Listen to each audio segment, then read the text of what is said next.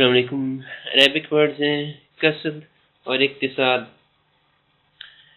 ان کے معنی افراط اور تفریط سے بچتے ہوئے درمیانی راستے کو اختیار کرنے کے ہیں۔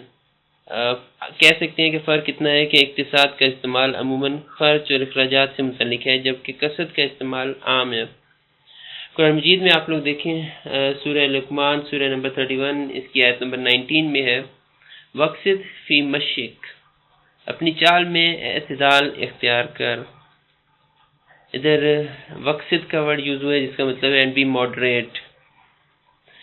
آپ لوگ قرآن مجید میں مزید دیکھیں گے، اگر آپ لوگ دیکھیں سورہ النحل سورہ نمبر 16 آیت نمبر 9 میں ہے وعلی اللہ قصد السبیل، وعلی اللہ قصد السبیل، اور اللہ ہی کے ذمہ سیدھے راستہ بتانا۔ اس میں آپ لوگ اگر اس کو تھوڑا سا مفہوم دیکھیں تو اس کا مطلب ہے کہ اللہ کے اوپر ایسے راستے کا بیان کرنا ہے جو سیدھا ہو اور حق تک پہنچانے والا ہو۔ تو یہ تھے ورڈز قصد اور اقتصاد، یعنی درمیان کا راستہ اختیار کرنا، سیدھا جو راستہ سیدھا ہو، افراط اور تفریط سے بچتا ہوا راستہ ہو۔ پھر ملتے ہیں انشاءاللہ نیکسٹ ٹائم پہ۔ جزاکم اللہ خیر۔